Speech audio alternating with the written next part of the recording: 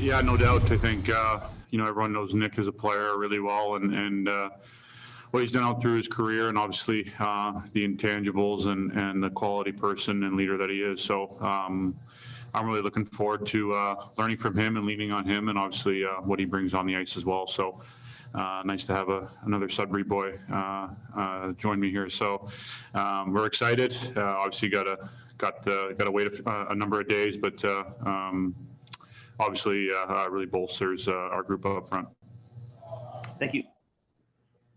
Next up, we'll go to Josh Clipperton, Canadian Press. Go ahead, Josh. Hey, John.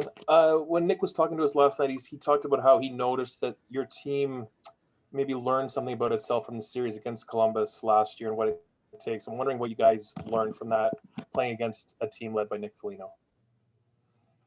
Well, I think mostly we're just disappointed and not getting the result we wanted. So in trying to reflect and learn from that disappointment, just being a harder, more consistent team to play against, and that starts not just when you start a playoff series, but from day one of training camp and throughout the year, and dealing with adversity and finding our identity as a team and what brings us success, and how to always kind of come back to that. And obviously the teams he's played on and the teams that have had success there in Columbus have really had a really good, strong team identity, and they really believe in what they do and don't really worry about, I think, trying to be something else. They just focus on themselves and do what they do really well.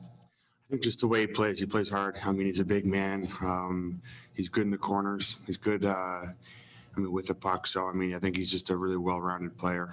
He's worked hard over his career to really, build that reputation. So to add a player like that is a great feeling. And, we're very lucky to have him. What do you think it does for the group in the room when GM Kyle Dubas acquires him, adds David Riddick, clearly has a lot of faith in you guys?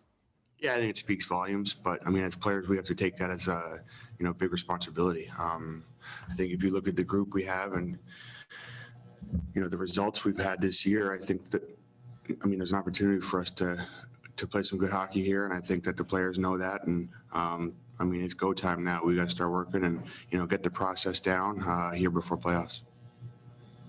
Next up, we'll go to Lance Hornby, Toronto Sun. Go ahead, Lance.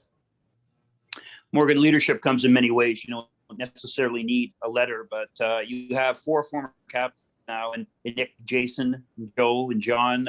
That can only help the team, I guess, in tough times off the ice, certainly when, you're looking for something to get you going.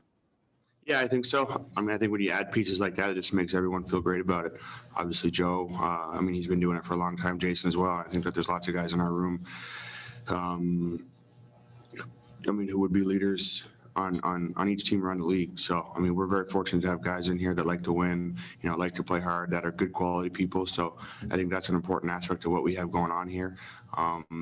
So I think it's a good feeling to, keep adding to that group. And like I said, now the work is just starting, and it's a good chance for us here tonight to get going. Just one of these guys that does whatever it takes to win, versatile, can play any position and anywhere in the lineup, can play the game any way you want to play it. Great leadership qualities, plays extremely hard. I think he just checks so many boxes of the things that you need to win when it counts the most. I know it's early and he has quarantine and everything, but do you have a plan, even if it's written on a napkin right now, of where he might fit in for you? Yeah, I do. Of course, have a plan. Obviously, we're going to play a number of games, and some time is going to pass by here before he's eligible to play for us. So things might change, but I definitely have a plan that I probably won't talk about until it's time. Next up, we'll go to Luke Fox, Sportsnet. Go ahead, Luke. Hi, Sheldon. Safe to assume Nick Robertson is in tonight, and what made this the right time to bring him back up?